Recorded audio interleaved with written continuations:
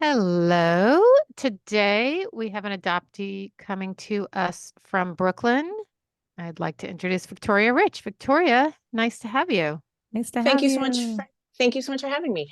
You feel very familiar to me already because I listened to so many of your episodes. So, It's funny when people, I met a woman up here who's an adoptee, and she just for a while was like, "This is so weird because I know you, but you don't know me." And I'm like, yeah, "Yeah, that must be it's weird." Like for it's a me, it little wasn't weird at imbalanced. all, but We're big fish in a tiny pond.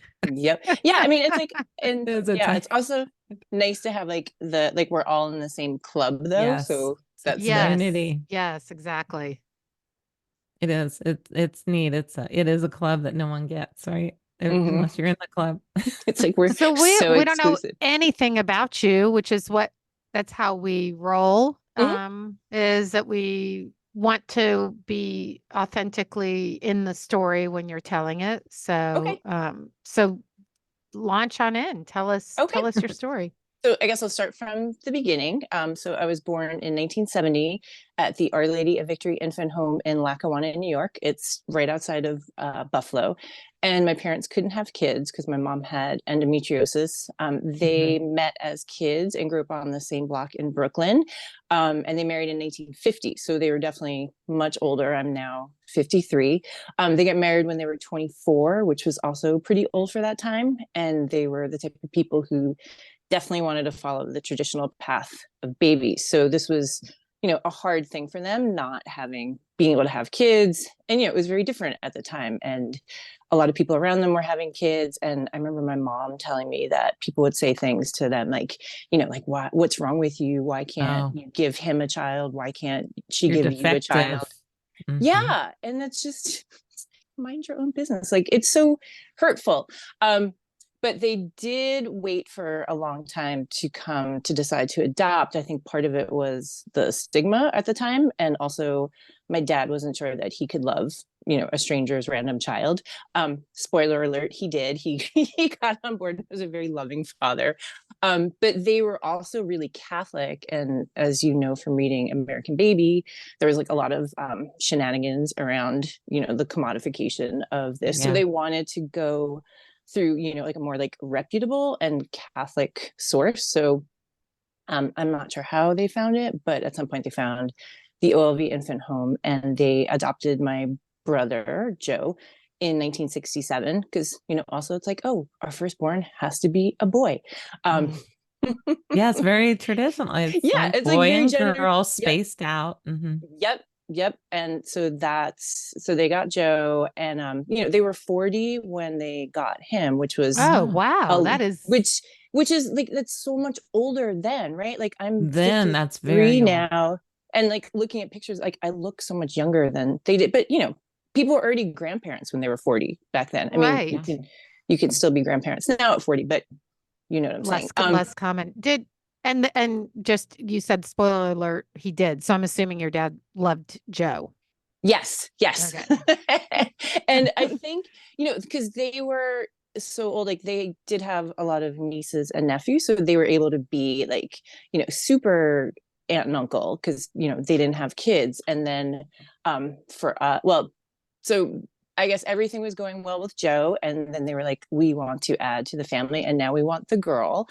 So they applied for another child and they got me in 1970 and they were 43.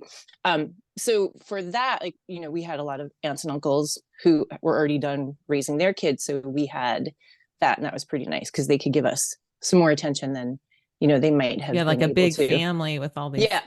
and you're the Yeah. youngest. Yes, and yeah, I am actually the youngest of all my cousins, which is odd because now I found out that I'm the oldest and my other family. Anyway, but we'll get ahead to that. But our parents, they always told us that we were adopted, and I never had any issue with it. I was also like an artsy, weird kid, so anything that made me a little bit different was fine with me. My brother had some negative feelings about it. We never really talked about it. But we Did you get definitely along growing up? like not I mean, really, here's but four 3 years older. unrelated. No, I'm saying four people in the family Yeah. that are not biologically related. And Yeah. So we didn't really get along. He was really mean to me, but like in like the, regular older brother sort of thing. It wasn't like anything too weird. Like I would definitely consider us like, a normal family, and it's like the issues that came about would be issues that would happen in biological families too, right? And were you in Brooklyn growing up? We were in Floral Park. It's half Queens and half Long Island. So they had to go 8 hours away to get us from Buffalo. But they always told us, we got the message that I've heard people say it on the podcast before, that we're special, that we're chosen, that our birth mothers loved us but couldn't take care of us. It was nice to have that acknowledgement too of that existence, because I think if I'd found out I was adopted when I was, a teenager, when everything is horrible, so it was never anything bad for me. I do remember being little and like some of my cousins, we were outside playing, and one of them was just like, "You're adopted," and I was like, "Duh, yeah, I know." And so it was never anything for me that was painful or weird. But I could, I think my mom, she had a really hard childhood. Like my mom was born in 1926, and her mother died of tuberculosis, during the whole tuberculosis epidemic. So I think my mom was around 3 when her mother went away, but that was to go to the TB sanatorium. And so she grew up, she had an older sister and a younger brother. And they were just kind of like shuttled around between different family members, and their dad was going to put them into foster care, which was horrible. But they ended up getting taken care of by an aunt in Brooklyn. So I think she definitely had an idea of what she wanted, this like perfect family to look like. She didn't have it, so she wanted to create it. Yeah. And, and also like the expectations of having waited so long for these kids. So that, for me a little bit, I guess I wasn't like the girl child that she had envisioned, but people do this also in their biological families as well. So you put your own expectations onto your children. But I definitely relate to things I've heard you talk about, families at this time. Like there was no manual for how to parent an adopted baby. You're just given this baby and it's supposed to be like blank slate, and kind of like tofu, it's just blending in like with whatever around it. So that's good. Tofu. Yeah. And I'm gonna, like, this is a spoiler, but that's my birth mother used that, so we have to give her credit for the tofu. But like there wasn't a lot of consideration of like where this stranger baby came from. No, it just was kind of like, you're there. Yeah. And I mean, we people love really and did let's move on. kind of believe in the blank slate thing. Yeah. But like except they do, but then you don't really fit. Like I know for a fact I wasn't everything I was supposed to be all the time, blending in, trying, not working. And it's like everyone must see that, but I guess we are everyone has their delusions, right? Yeah, but like the thing that always like I struggle with is like what is from being adopted and what is just from being a person, because a lot of people in their biological families feel this way too, where it's just like I'm different from my siblings, or I'm different from my parents, and I don't fit in. So but it's a different. It is. I mean, it is a different. There's no. I mean, just from anecdotal experience and talking to so many people, it's a little different. I don't know that biological people feel that they don't belong in a deeper way in their family. Yeah. I agree with that. Yeah. Only because I had that conversation with my husband recently, who's like, "Well, I'm kind of out of it in my family." I'm like, "Yeah, but when you're with your family, you're so with your family." Mm-hmm. Yeah, and it's even like if you're not fitting, you're fitting. There's looking alike. There's expressions, reactions, and things that as adoptees you don't have. I mean, there's a marked difference in feeling different as an adoptee. Yeah, and like not seeing, like people who look like mirror. Yeah, right. I mean, thankfully, I don't know what magic the infant home was doing with their placements, but like we looked enough like a matching family. My brother and I look mostly, somewhat alike, right? Like we're both tall with dark hair and dark eyes.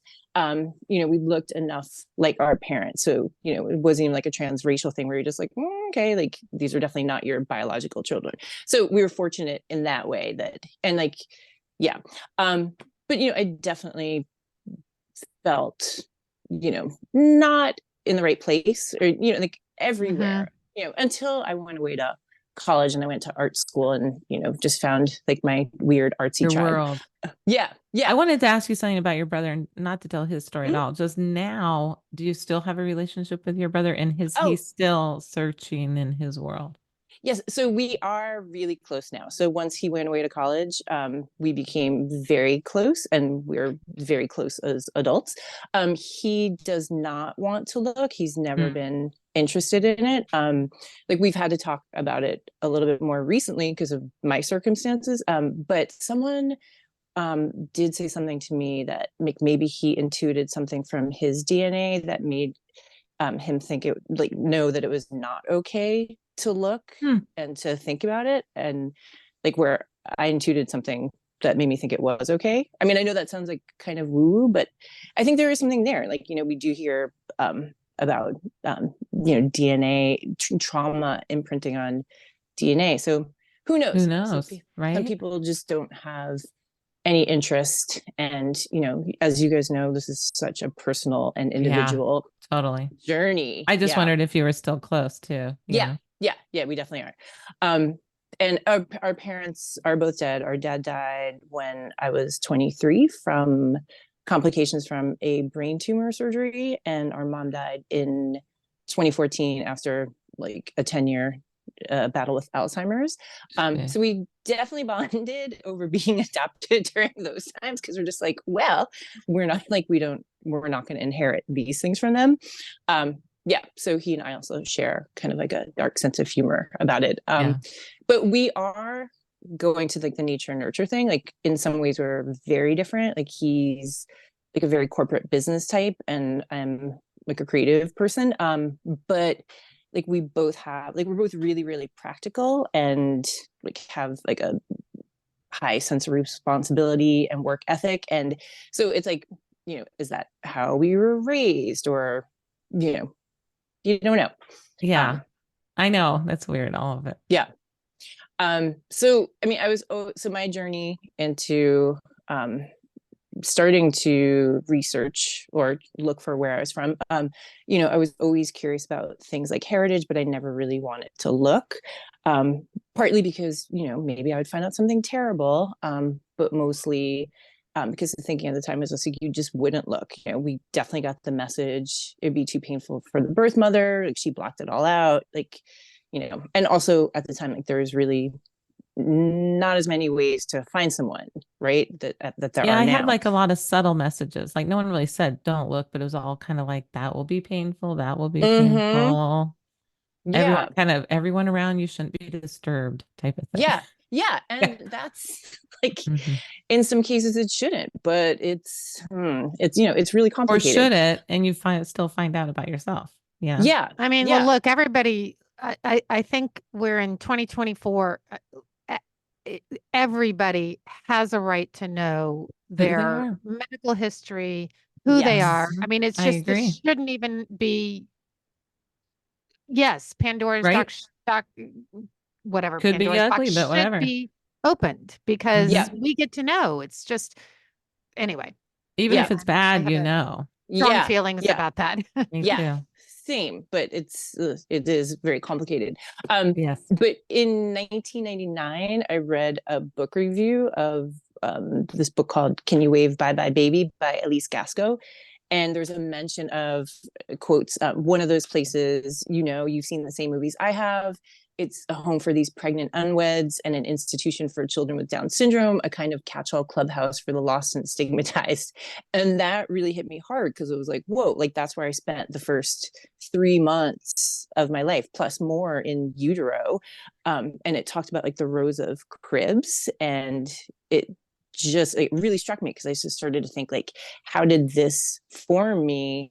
You know, I was in this institution being taken care of by nuns and strangers. You know, like I've always been really self-reliant and independent, and those are definitely not bad qualities to have. But like, did that come from me like forming and just being like, Yeah. okay, you're on your own, you know, like you don't When you know. start to think about yourself as an infant, I get very because that's only been recently for me. You think about, whoa, what were those first days? I was with my Yeah. biological mother. She had to go to court, hand me over after Yeah. 6 days. Like, what was I doing? How, you start to look at yourself. So you're thinking of yourself in these cribs, Mm-hmm. in this institution. It's like a wake-up call, right? Like, Mm-hmm. whoa. Mm-hmm. Yeah, because I had never imagined that. And, you know, of course, like when you're young, you're not envisioning that Yeah. aspect of your life. No. But at this time, I was also in an MFA photo program, and I was thinking about my thesis project, and I was like, "Oh, this would be an amazing project," because I do photography. So I knew that the infant home was still in existence, but it was now like a 24-hour care facility for kids who needed physical help. So I contacted them, asked if I could do a shoot there, and they said that I could if I took pictures of their basilica in exchange. And I was like, sure, this is great. So I did 3 visits there and took pictures. And they even arranged for me to meet a nun who had been the main nun there for 40 something years, Sister Veronica Ann. So she would have been, you know, caring for me and my brother while we were there. So when I was going there, I was curious how I was going to feel in the space because that's, you know, I was there. I think I was there. You were in the space. Yeah. I was in, yeah, I was in the space for quite some time. But it was sort of oddly not personal. It just really felt more like the collective weight of all the women and girls that were in that place and ultimately had to give their babies away. You know, like there were all these empty bedrooms. So the place like where the girls were on the upper floors, and like the current kids were on the lower floors. So there were delivery rooms that were just now used for storage, and the bedrooms were Do they still look empty. like it though? Yes, and I can send you pictures of Yes, I'd this from like this to see. project. Like there's one room that has a blackboard, and it was like, oh, of course, like they were probably going to school because a lot of them were teenagers. And there's one like a stack of examining gowns, and there's an exam table, you know, like a gynecological exam table. But it also like there were like a border on the wall like angels because it's also really Catholic. So that, you know, and then like a living room with comfy couches for them to be sitting on it. And so like, you just think of like how many women Yeah. were there over the time when this Such place an was. institution. It's so Yeah. weird. Yeah. And I always, A factory or something. yeah. Yeah. And I always assume that, you know, because you hear stories about these places that they're horrible and they're negative. And um, when I interviewed the nun, I did a video of her. Like she was just really positive and really caring too. And she was talking about how, you know, like the majority of the girls who were there were just like really good girls who had made a mistake. Um, yeah, and it seemed That like language is yes, uh, I know, but it uh, wasn't like, you know, she wasn't like, She's a oh, nun. these sluts deserve to get their right, babies right, taken away. right. Like it seemed like very caring. And so I was like, okay, like that's you know, that's good to know that this is how it Well, at started. least she was caring, right? You met someone that maybe was loving or Yeah, yeah, gentle nature or something. yeah. Oh, but what was wild while I was there, the woman gave me a copy of like what they did an assessment of me. I guess they would do that about, you know, like an 8 week for your skills. It's like, you know, do your eyes follow someone or like, and it was really weird because I had known my original name. It was Bridget Lynn Wolfe. So, you know, this document just kept referring to Bridget. Bridget, and I think it was 8 weeks old. And it did say that like I pretty much only cried when I was hungry. And I was just like, okay, that tracks. Like I like to eat. So That yes. But That's when I a got beautiful that, name, by the way, Bridget.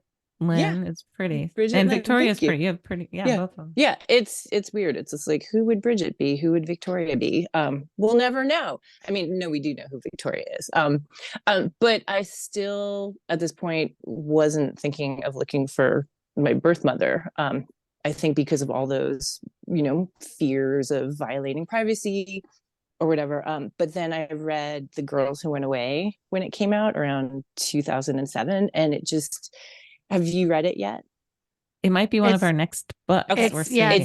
it's on our list. Yes, it should be. Like We've it's done great. It's we did American Baby, and then we kind of needed a break from the era of yeah, of yeah. that. Yeah. It's definitely a heartbreaker. Get ready. Yeah. But the book shocked me because so many of the women interviewed said things like, I think about that baby all the time. I worry about that baby every day. And like that was not what I was led to believe. So that nagged at me for about a decade. And then I just started to think that I would just be an irresponsible person if I didn't try to alleviate that worry for whoever she was. So I spent probably about 10 years like weighing those options about blowing up someone's life who might not want to be found. And, like there's no going back. And, this is, just like a life altering thing, good or bad. And I knew that she was a teenager. Because I got non-identifying information from the infant home that didn't provide a lot of insight, but I knew she was a teenager. So if I was in my mid 40s at this time, like, time was ticking and there's a likelihood that, she might not She'd be probably around. be only like in her early 60s or something, late 50s, really. No, Yeah. she was talking about back then, right? That Yeah. you were So in about, your yeah. You were in your So mid 40s. yeah, like that's when I started like really thinking, which would have been, mid, like maybe around like 2015 or so. I was just like, okay, like I got to get this rolling. So, and I just started to think like finding out something terrible might be worth the risk of being able to alleviate this. So, for years I was doing like the rando searches, like OLV, August 20th, 1970, Bridget Lynn Wolfe, and didn't turn anything up. I did the Sound X registry, didn't turn anything up. I did in 2019 Ancestry and didn't get any high matches. Oh, nothing. Yeah. wow. That's No. when I did it, 2019. I got lots. You didn't have anything on there. Like nothing that was high enough to be like, yeah. hey, like, can you help me out here? Yeah. So, but New York State was going to pass their original birth certificate law in Right. 2000. So I applied. And while I was waiting for it, I remember I was in a bunch of adoptee like Facebook groups, and like everyone was losing their minds, like rightfully, because we're just like, yes, like we're finally going to get this information. But I started thinking like, what about like all the birth moms? Like, how are they feeling about it? Like, are they nervous? Like, are people like, how are they reacting to knowing that they're going to be found? So I did post that in one of the groups that had adoptees and like bio moms. And like, luckily, like a few women were just like, I would definitely want to be found. I think this is great that, the secrecy is being lifted. So that gave me the courage to hear it look from others. Yeah. Yeah. And I was just like, okay, this is all I need to know. So I so I got my birth certificate, and there was no father on there. It was just birth mother. So I found her and I wrote her a letter. And I tried to write it in a way that was just like vague. And, if like, cause I didn't know her situation. Like, did she This live is such with the adoptee thing though. Like, I don't want anything. I'm this person. Like, it just drives me like, even I look like, I back have to, in horror at things I've written. you're just like, I have to be sensitive about your feelings. I don't want to intrude, but I also think that, that's like valid. So I wrote it in a way that if someone found it, that shouldn't have like, I didn't say like, my name was this, your name is on my birth certificate, blah, blah, blah. I was just like, I was born this date, OLV infant home. I've never had any problem being adopted. I read that book, and my motivation is just to let my birth mom know that I'm okay, and hope the same for her, and I hope this is not an unwelcome intrusion. And then I sent it off, and This is she snail mail. You had her I address. did it UPS. Oh. Yeah, I did it UPS. Practice.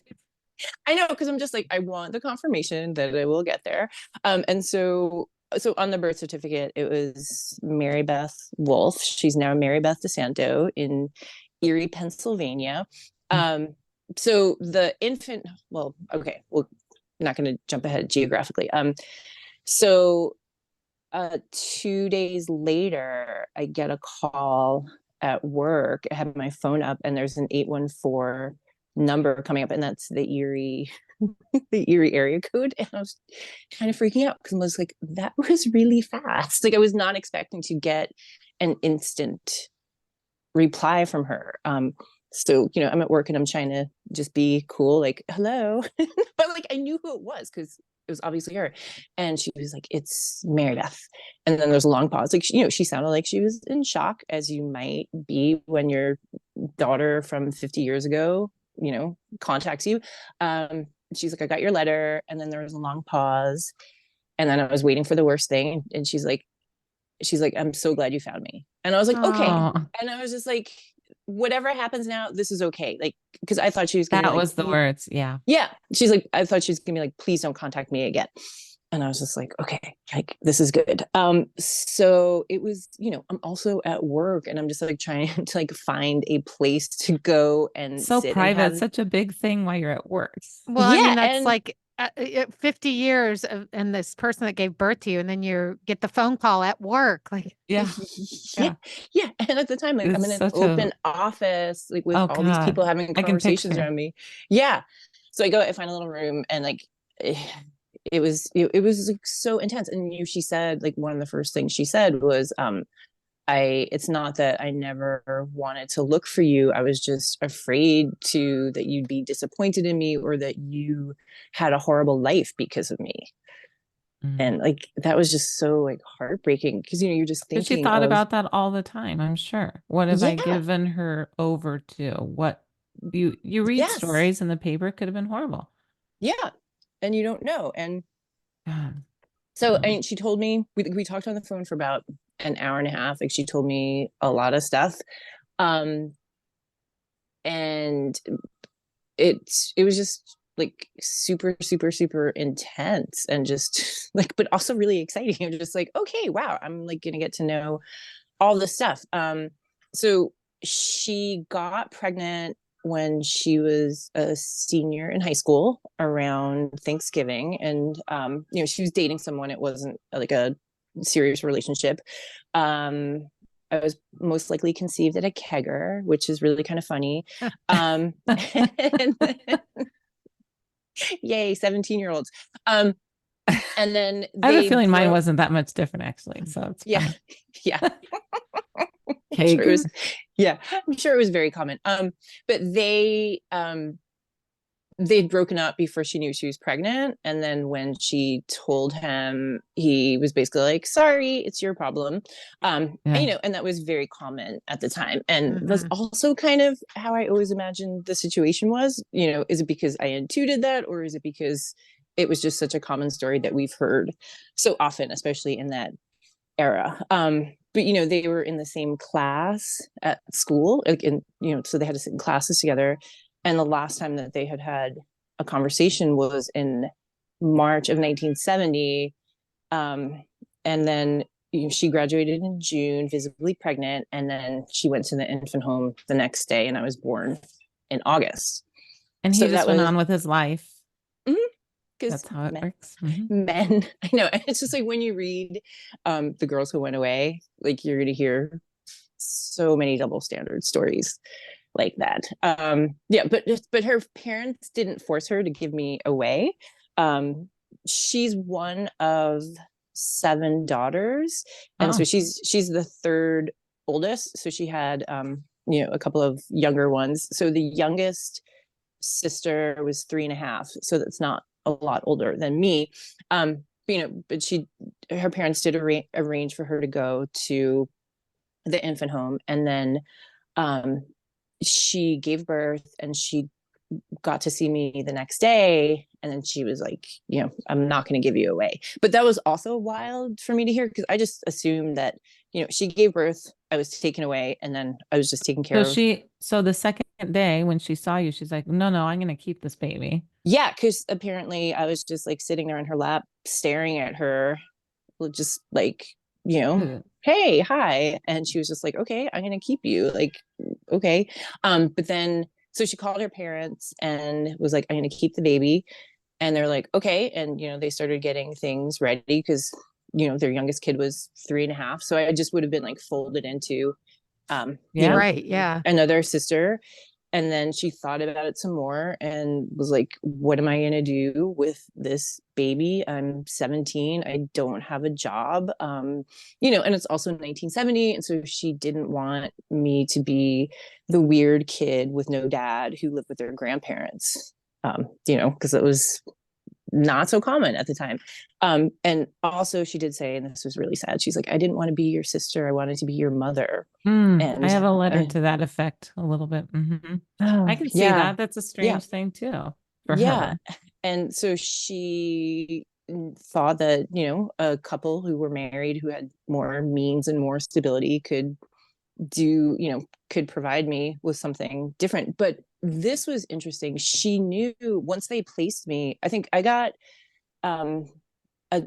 adopted. Well, my parents picked me up, I guess, in November of that year. So I was at the infant home for about 3 months, but they told her that they had found me a family, and that the family had also already adopted a kid from there.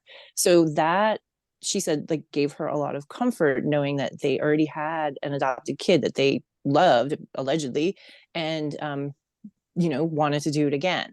So I think that was something. So they did tell her that they were giving her that information. Yeah, they didn't tell her who those people were, but I think that she said that was something that kind of like brought her comfort over the years, thinking like, okay, maybe she didn't have a horrible life because she was with these people who were capable of loving another child. So that's pretty wild. Did you continue your relationship with her? Are you still in reunion?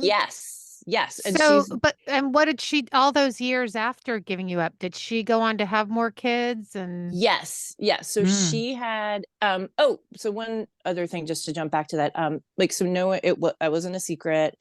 She had 2 older sisters who even went to visit her at the infant home, and they met me, which that also kind of blew my mind, because I never imagined like anyone else around aside her. I was just like, okay, the only person who's going to be thinking about me is whoever she is, but there are all these other people that knew about it and like worried about Bridget. So she did go on to she got married maybe 2 years after she had another kid. She has 2 other kids, 2 sons. And this was really sad. So she told me that when she was pregnant with her first kid, like, she was just so paranoid that the baby was going to die, because You mean her second kid? You were her first. I know. That's like, that's such a weird thing. Isn't it? Because just to jump ahead, like, she, in one of our early conversations, she was like, I can't wait for someone to ask me how many children I have, because now I can say I have 2 sons and a daughter. Whereas before she was just like, I have 2 sons. Yeah, I have 2 children. And for me, that's something that's hard to get used to as well. You're still getting used to it. Yeah, because on that first phone call, she was in shock. So her voice was kind of like flat. And she was like, you have 2 brothers. So I thought, kind of like just reciting facts that from, my letter. I was like, no, I have 1 brother, Joe. And I was like, oh no, she means she has 2 kids. I have 2 brothers. And I'm like, this is going to take getting used to, thinking about these other people who are technically my family. So so when she was pregnant with her her second child, she was worried that he was going to die, because God was going to be punishing her for what she did the first time, which is just so sad. But she's also, at this time, she's 19 or 20, I think maybe 20 or 21. Oh yeah, she's had so many messages of like, good girls don't, and you did that. And now, you know. Yeah. Yeah. Mhm. And she did say she had a baby picture of me. And when she brought her son home, she ripped it up because she was like, I can't think about that baby and like be his mother. So she like ripped up my baby picture, which was really sad. So when we're talking, I'm just like, do you want some other baby pictures of me? So we don't have any like very early baby pictures of me, but I gave her all pictures from, once they started taking But pictures of she me. had one, and now you don't have it. I know, and she doesn't have it. Yeah, but we have each other now, so that's good. Yeah, that is Yeah, good. and so she went on to she had a second child, and like her husband always knew, like before they got together, he knew about me. And then she told her sons when they were in their 20s. So Oh, they knew. Yeah. And so they're not that much younger than me. And then when she and I connected, one of them reached out and was just like, I'm your brother. I always thought I would look for you. And so like everyone's been very welcoming and very open, which has been amazing and also kind of shocking. and you're not so far into this. I can kind of tell by how you're telling it. I feel like I've been you, but years ago. That's sort of like you're in that, like, I don't know how to do all this with two families thing. Yeah. Yeah. And you're feeling But weird about it, but it yeah, isn't. It's a process. yeah, but like luckily it was like also positive Yeah. that it was like okay, like I'm good with all this. But okay, so here's another interesting thing about this. When we first talked, it was March 5th, 2020, and Mm. then like the next week was like Yeah. Shutdown. the pandemic We- lockdown. And so two things, like on our first phone call, she had invited me to a wedding in June because she's like, you have so many aunts and they're going to like be dying to meet you. Will you come to this wedding? And I'm just like, yeah, like why not? But prior to that, my niece was graduating from University of Buffalo at the middle of May, and Erie is only, less than 2 hours from there. And I'm like, I'm going to actually be there sooner. Can I just swing? Joe's daughter, you mean? Yeah. Yeah. So his oldest daughter. Um, can I come then? She's like, that would be great. So then pandemic happened. So those two things didn't Didn't happen. But happen. in some ways, like we had like just a lot of time because everyone had a lot of time then too. And like it was equal, like our lives were equal at that point because everyone is in this lockdown. And we just spent a lot of time talking and texting and getting to know each other and sending each other pictures. And that was great. And like I don't And you know sent us a beautiful thing that happens from that we'll get to we that. saw. But like I don't know if I would have had that time Right. to devote to this because I was working and doing a career change. Like I was just like and life like busy all the time, so I wouldn't be able to be like okay, texting all the time. So we got to know each other really well over this time, which was great. And I do think that if we had met in At the May, wedding or whatever. yeah, and like Yeah. it might have been like awkward because it would just be like, oh hey, like I don't really know anything about any of you people. You don't really know anything about me. Like, yeah, Yeah. I mean, and these meetings are by nature kind of awkward anyway at first.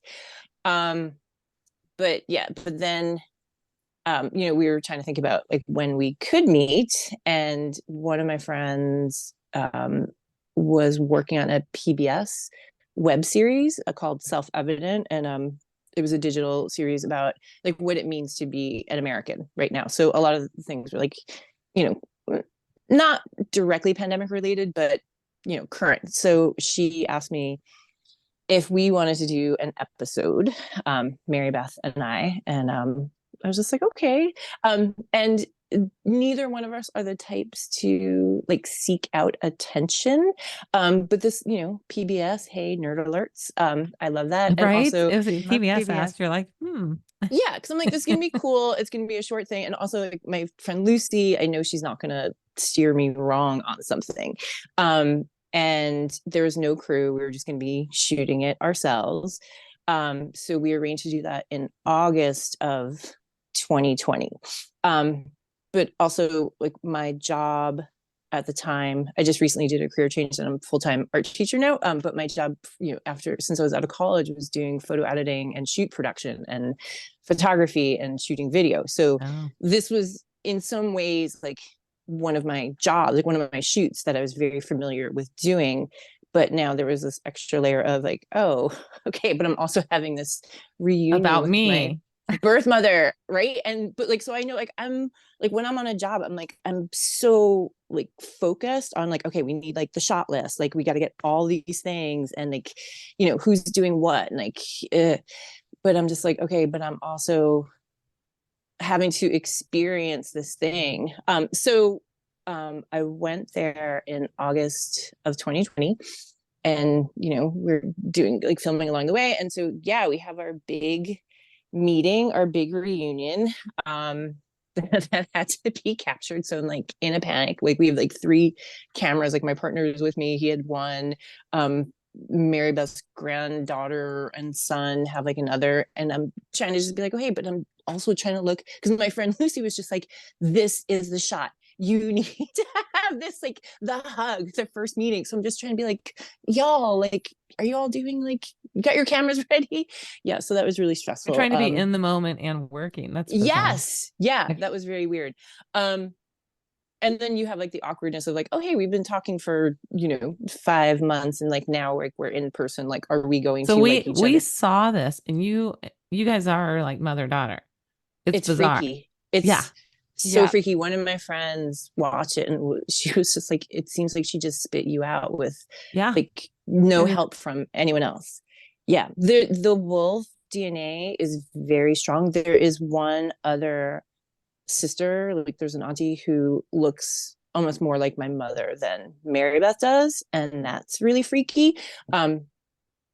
And one of Mary Beth's sons, he and I look like twins. I'll send you this picture, like, because even when we were little, it was like, my parents gave me this horrible. Do you know who Ted Koppel was? Like, yes, yeah, Ted of course. Koppel. I had a Ted Koppel haircut in like bicentennial year. Of it's all awful. people. Yes, and that is awful. I can picture his hair.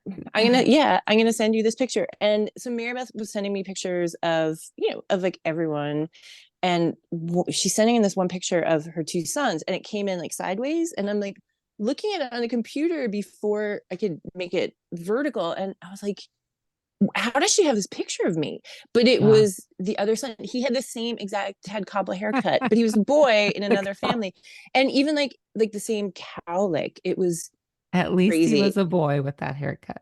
I know. That was a bad haircut. I had many boy haircuts too. because my mom told me she didn't know how to cut straight hair, so she just cut it short. That's the same. I have thick hair, and my mom said she couldn't detangle it, so I just had to. Yes.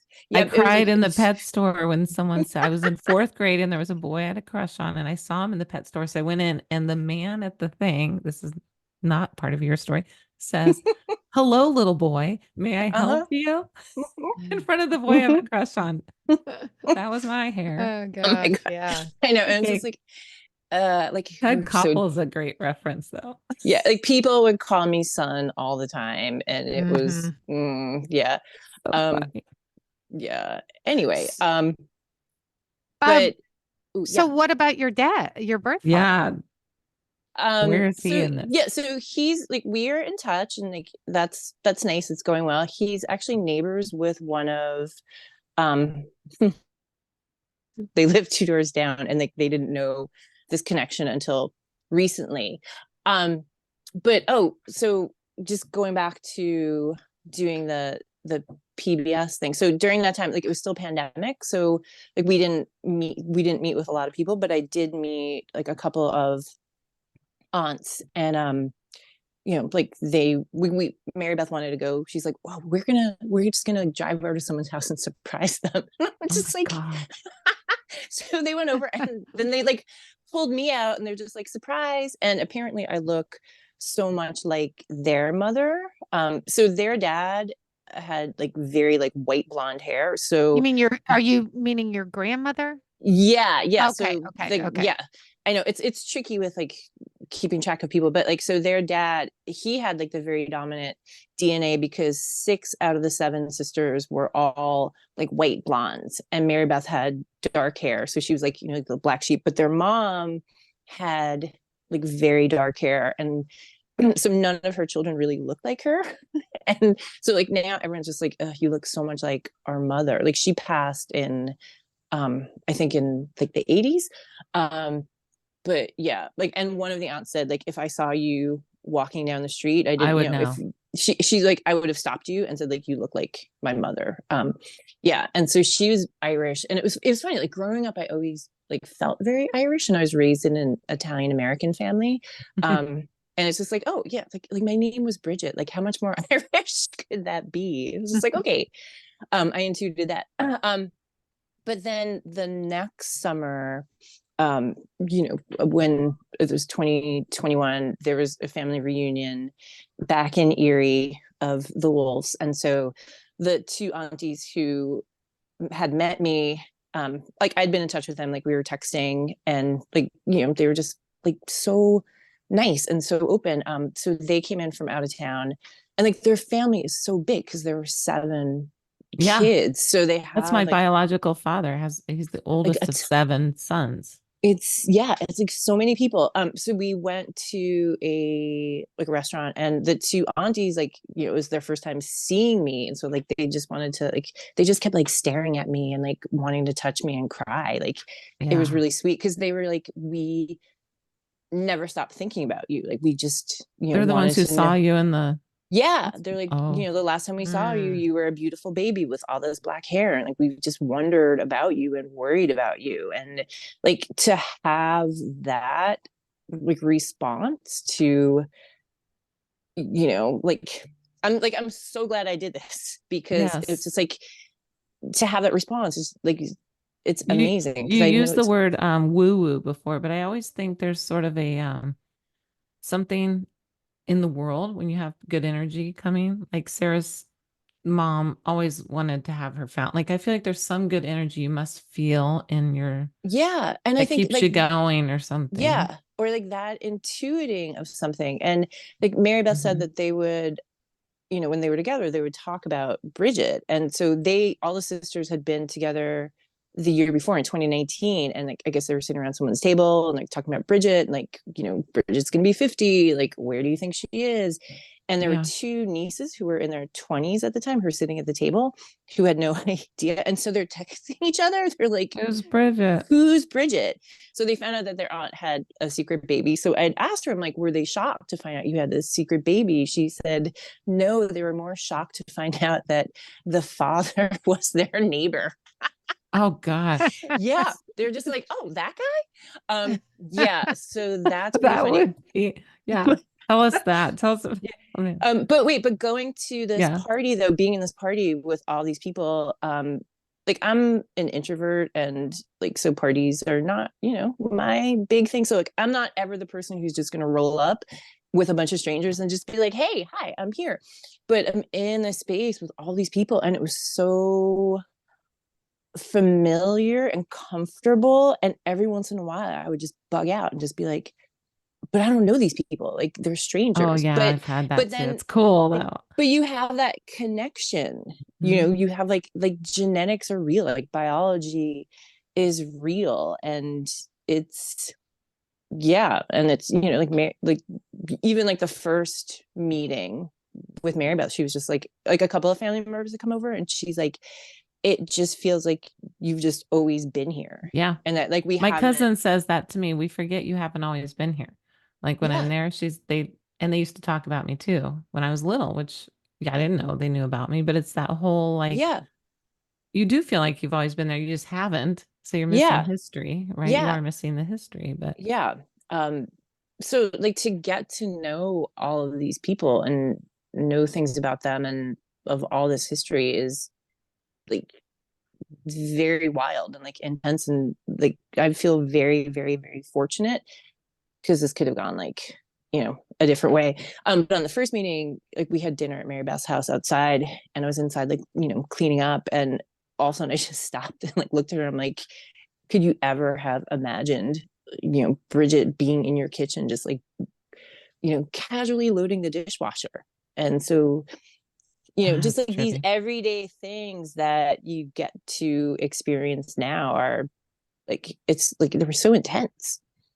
Mm-hmm. So before we wrap up, I definitely want to know how your father reacted. So because The neighbor. back in 1970, he was like, "Yeah, good luck to you." So Yeah. Yeah. what was his reaction now? Right? So I did send him a letter soon after, because Mary Beth was like, "Oh, he's nice. You should contact him." And like, also, like, I hear on your podcast, like a lot of, like, when you're imagining these things, like, somehow I think it's because of like the biological connection. Like, you think more about your mother, right? You're just Mm-hmm. like, so like, I never really considered like who that person might be.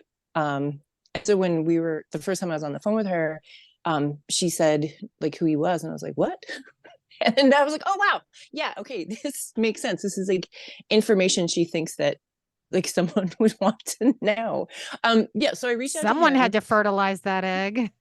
Yeah, and he like it's just, um he like it's they had very different life experiences Mm. because of their situation. So I'm um same. I'm sure. yeah, like, so sometimes I struggle a bit with that imbalance, because Yeah. like, this was like her formative thing Yeah. and affected her deeply. And he never had other children. Mm. He and so I think now he's just like, oh, Oh, okay, you're his like, only. and his only, yeah. um so he's just like, oh, okay, like, here you are. But like, he's responded to it positively. So like, we've talked, like, I've actually met him a couple of times. Like, he um oddly had an annual trip, like, for years with his wife. They would come to New York every year in December, to see like some holiday things. So I first met him, I think, like 3 Decembers ago, like on one of their first trips. Yeah, like, he's nice. It's positive. It's, like, he worked in education, like I work in education now. So like, there are definitely like some similarities. Yeah, just not the same. It's like building or whatever. Yeah, because it's just, it's different, but it's good and it's positive. And I'm glad to know I'm glad it's this side of it. positive. Yeah. Yeah, I am glad it's positive because it can build too. Like for him not having children too. And my current husband, second husband, he doesn't have children.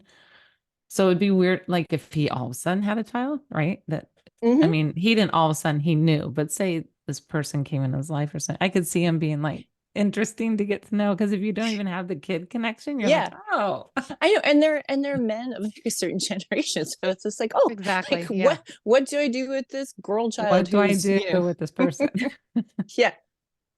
So, Well, but I it's been like that. nice. I love It's, that it's still it's kind of Me still too. unfolding and it's yeah, Pretty new. It's pretty yeah. new process. it's, yeah. And people need, like, in, like, I know it's not always like as accelerated as it's been with Mary Beth. So I think it's unfolding in a Yeah. more like expected timeline. But it's good. Like, Yeah. he's really nice. His wife is really nice. Like, she's been very open and welcoming to me. And when I was there last summer, I met one of his aunts who seemed really cool. So it's nice also to get to see like the genetics on that side as well. Yeah. Yeah.